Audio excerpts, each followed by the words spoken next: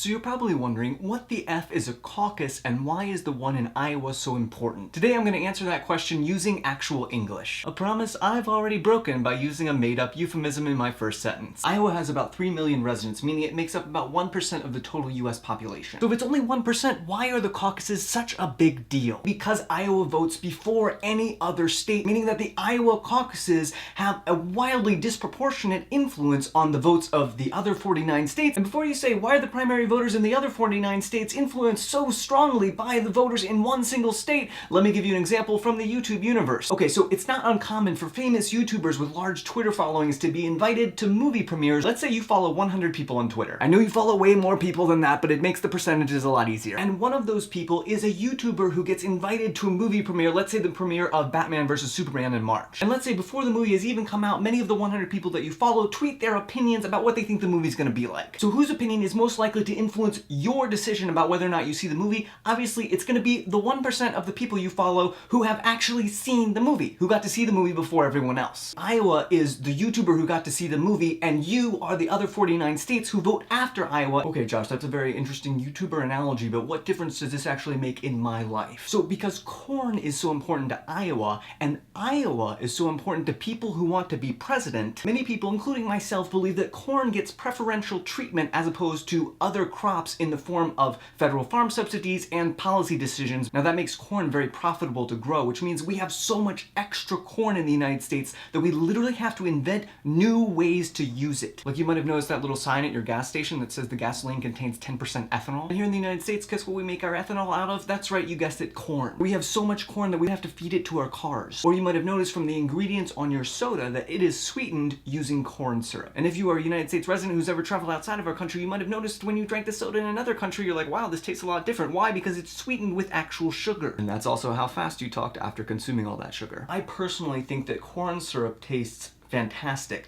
So I'm not trying to complain about all the corn that we have. I'm trying to point out something that I think is really interesting, which is how the Iowa caucus is influencing you each and every day if you live in the United States. But what is a caucus? Okay, so most states have traditional primaries instead of caucuses, which is generally where you vote by secret ballot like you would in a normal election. But caucuses are generally social gatherings where you interact with the other people and you vote publicly. For example, you might be asked to raise your hand in support of a particular candidate, or you might be asked to stand in a particular corner of the room depending on which candidate you want to support. And obviously, to be able to count individual people like that, caucuses have to be pretty small events. In fact, caucuses might take place at a fire station, a bar, literally some of them take place in people's living rooms. And I think we can all agree that anything related to socializing with your crazy neighbors is kind of awkward, which is probably why only about 300,000 people participate in their caucus. Now that might sound like a lot of people, but it's actually only 10% of the state population in a state that has 1% of the total population in the United States, which means that 1/10 of 1% of the US population is setting the tone for the rest of the presidential